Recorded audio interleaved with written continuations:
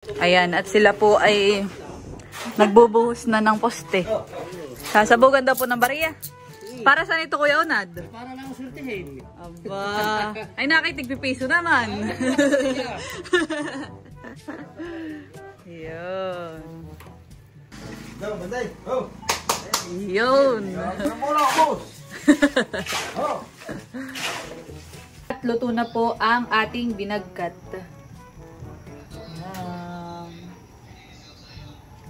Pwede nang kumain at magmerienda, mga kadilag.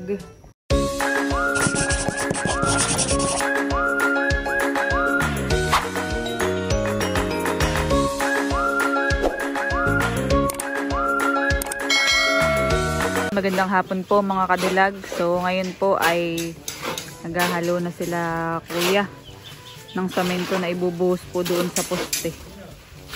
At dito naman po ay nagagawa na nung bakal.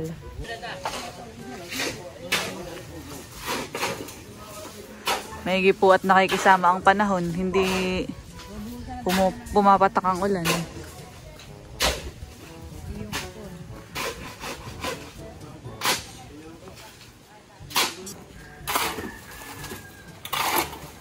Dito po sa labas naghahalo.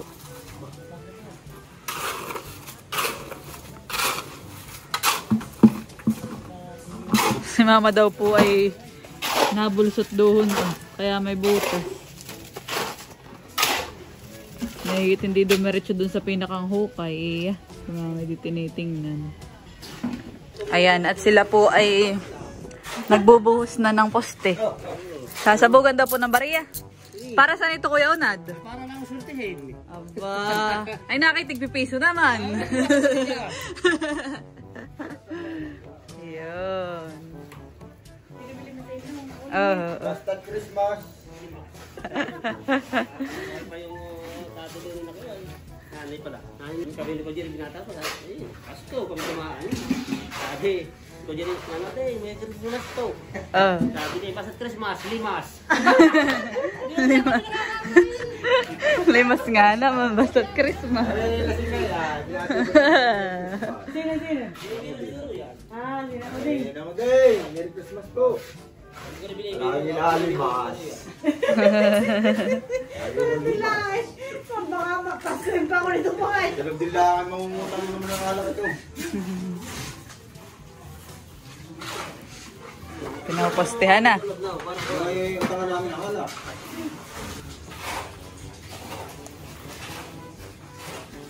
Ayan, pasa-pasa po yung timba ng semento. Kasi binubuhos dun sa loob dun sa poste. Ayan, at bumili po ako ng hambor pang merienda mga kadilag. Dahil magme-merienda na po ulit ngayon. Nagbili na din ako ng tinapay at ako nagugutom. Ang dami pa naman pong bawal sa akin ngayon.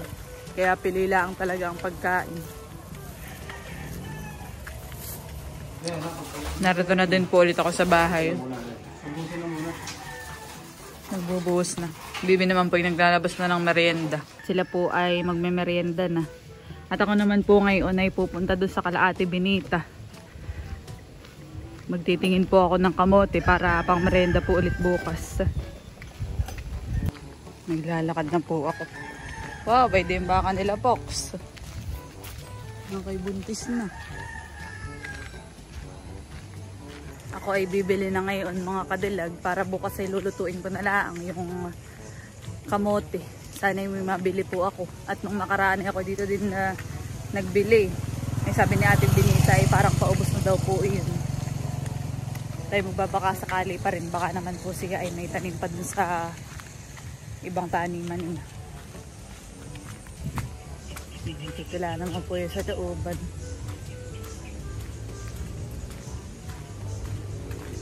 Narito na ba ako kala Ate Binita? Tao po! Woo! Po, tao. Ah! May kamuti ka pa po. Ako'y bibili. Ah, may gipot may raumpahan eh.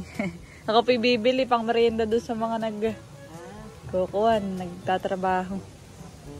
Pamerinda bukas. May din pong binagkatan eh. Papunta na din po kami dun sa kukuhaan ng kamote. Ah, dito po pala may doonan eh. Yan, malapit dito sa may tubig. Ito po ay parang lawan. Ay, dito po pala madami pa hani. Ay, nauunahan ka po lagi ng dagahan eh. Yeah. May isda din kaya dito, Ate Benita? Ano pong mga isda dito? Tilapia. Maigi dito ang kangkungan. Oh, yeah. Ano pa? Yan po yung kamote. Malalaki ang laman. Yeah. Okay na po yan. Malalaki naman po ang laman. Oo. Lalo kung hindi makain ng daga. Oo nga ho, laki na yun. Sayang, honey. Daga. Yeah.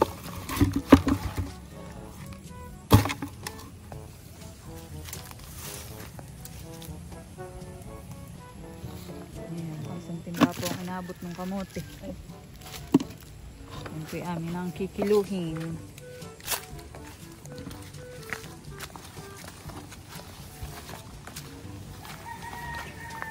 Maigi lang ang malawak ang lupain, Ate Benita.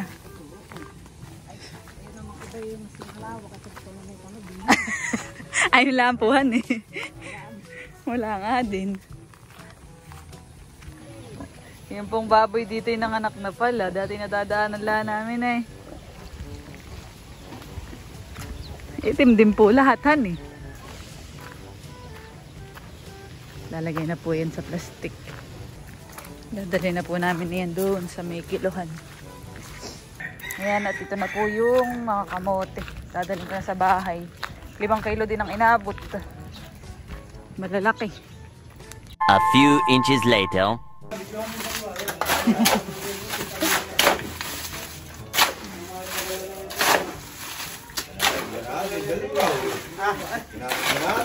Ay, nakakita.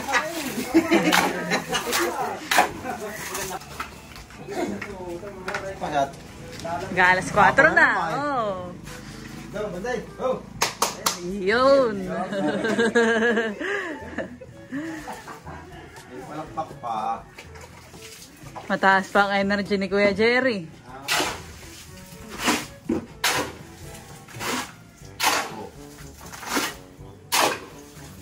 Lalagay na pala. Dapat ay may bilang din. 1, 2, 3. Mula-mula, boss. Oh. Ataw. Nahataw na po at hapon na. Ako na. Nakakapahinga na. Pahinga na, mga bulugan. Oh, pa! Hintik! Ang pagising! Nabuhong! Naigit din na umulan, mama, eh. Ba, oo nga, ay. Pag si Talambo diyan ay, diretso. Para tayo hindi ka niya. Wala ka sa kuwan. Patalong basong supas.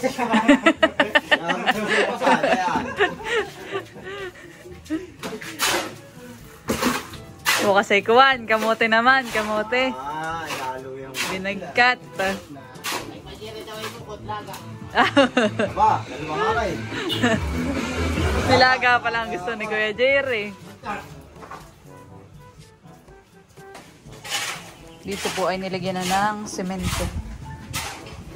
Namatay na din po yung mga bakal. So, 1, 2, 3, 4.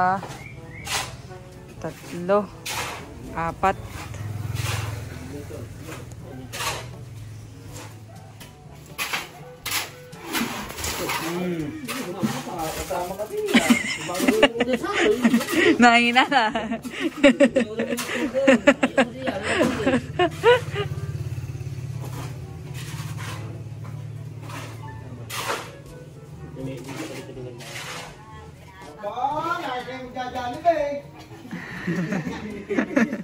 Naka-e-bike. Oh, ito ang tawarot. Wala nang ulo ka na sinasakyan. Yun. Matatapos na din po sila at alas 4 na pati yata. Tapos, bukas po ulit. 2, 3. Oo nga, mama. Pag desi talamboy, lusot yan. Bayan po nga, dito po tumabog si mama kanina. Eh. Mahigit hindi kumuha. Bukas na po ulit ito, ididiretso. Ayan.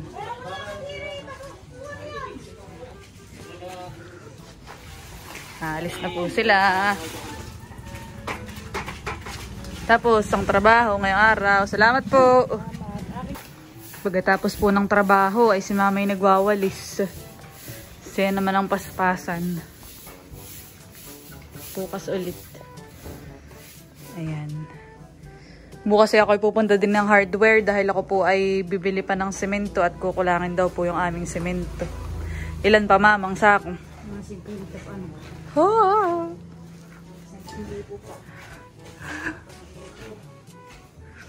Ang dami-dami pa. Tapos, alin pa daw po ang kukulangin ko?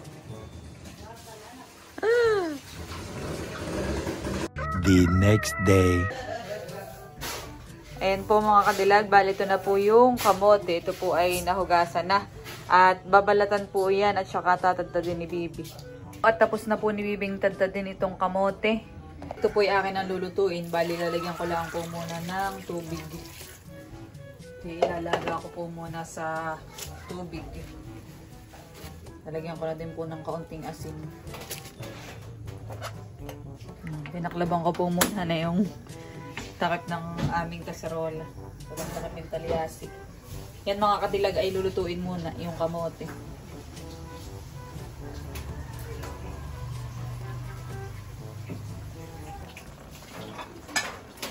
Ayan, update po. Bali, laga na po yung kamote.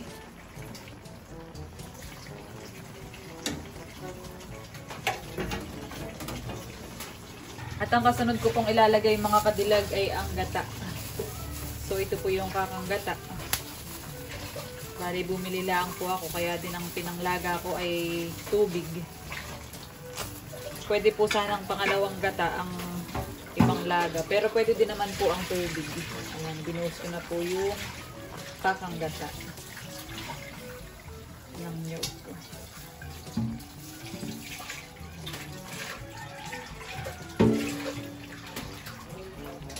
Tapos ang kasunod po ay lalagyan ko na yan ng asukal. Bali 1/4 lang. Okay, may gatas pa po.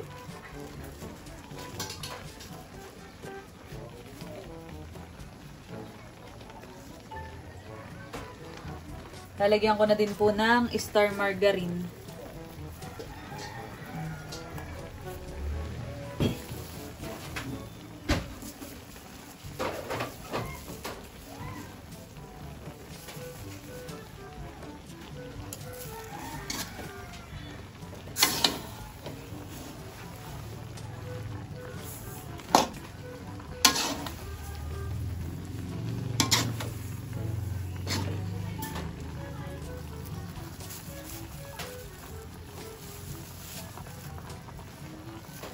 Lahat ko na po itong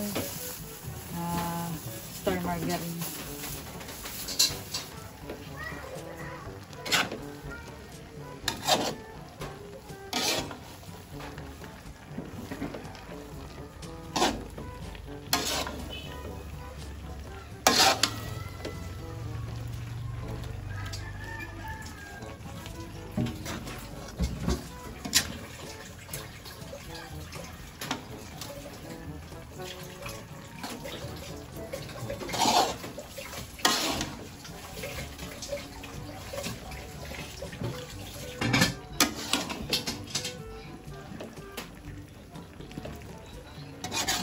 Nakakatakam na mga kadilag.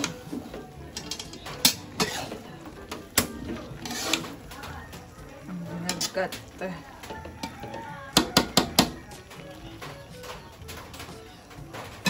Ito po mga kadilag ay madalas sa baon sa piknikan. Minsan naman po ay sa birthday yan. Hinahanda dito po sa Quezon. Ayan, ibubuhos ko na po itong isang lata ng kondensadang gatas.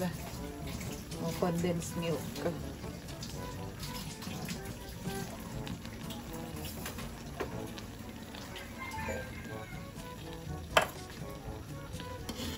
Kasi natin po haluin. Ay, talaga namang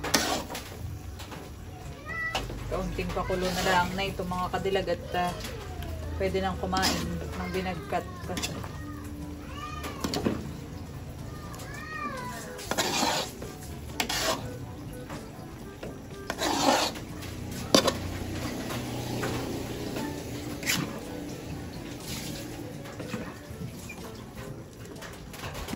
Sa akin pong titikman kung ayos na ang lasa.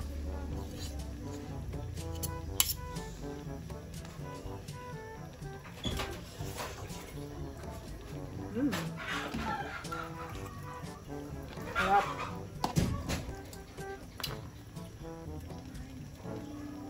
Creamy. At luto na po ang ating binagkat.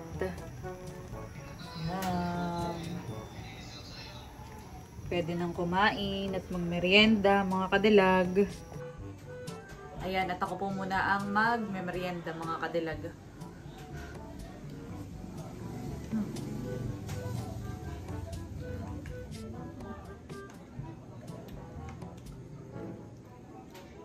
Maaga pa din naman po.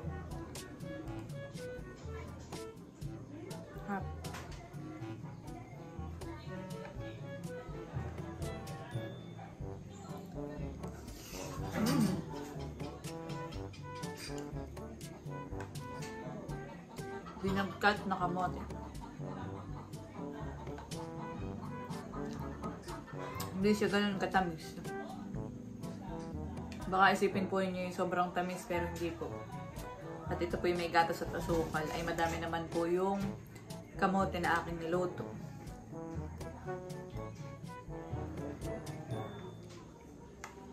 Ilang kilo.